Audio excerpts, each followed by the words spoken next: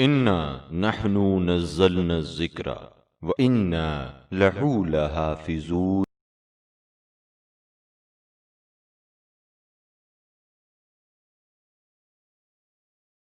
बिस्मिल्लाहिर्रहमानिर्रहीम रब्बिश्रह ली सदरी व यस्सिर ली अमरी वहलुल उक़दतम मिन लिसानी यफ़क़हू क़ौली।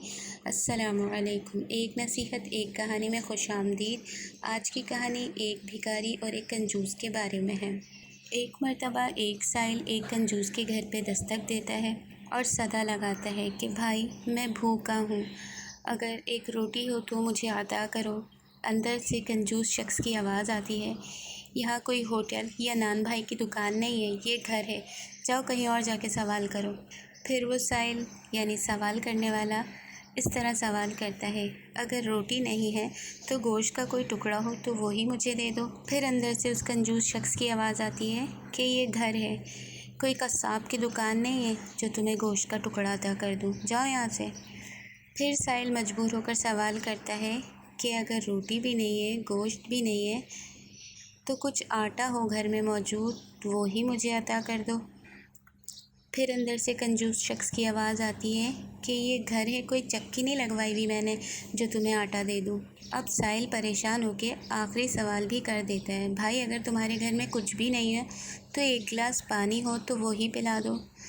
तो अब इस बार कंजूस शख्स गुस्से के मारे दरवाज़े पर ही आ जाता है। दरवाज़ा खोल के गुस्से से साहिल को देखता है और कहता है कि मैंने घर में कोई नहरें नहीं लगवाई हुई जो तुम्हें पानी पिलाऊं, जाओ यहाँ से कहीं और जाके दस्तक दो। अब साहिल चिल्ला के कहता है कि ये घर है, ये वीराना। कंजूस शख्स कहता है कि ये घर है। तो फिर साहिल बोलता है, जी नहीं, ये घर नहीं है, क्योंकि घर तो वो होता है जहाँ ज़रूरियात की तमाम अशिया मौजूद होती हैं, मगर तुम्हारा घर घर नहीं है बल्कि वीराना है। ये सुनकर कंजूस शर्मिंदा हो जाता है।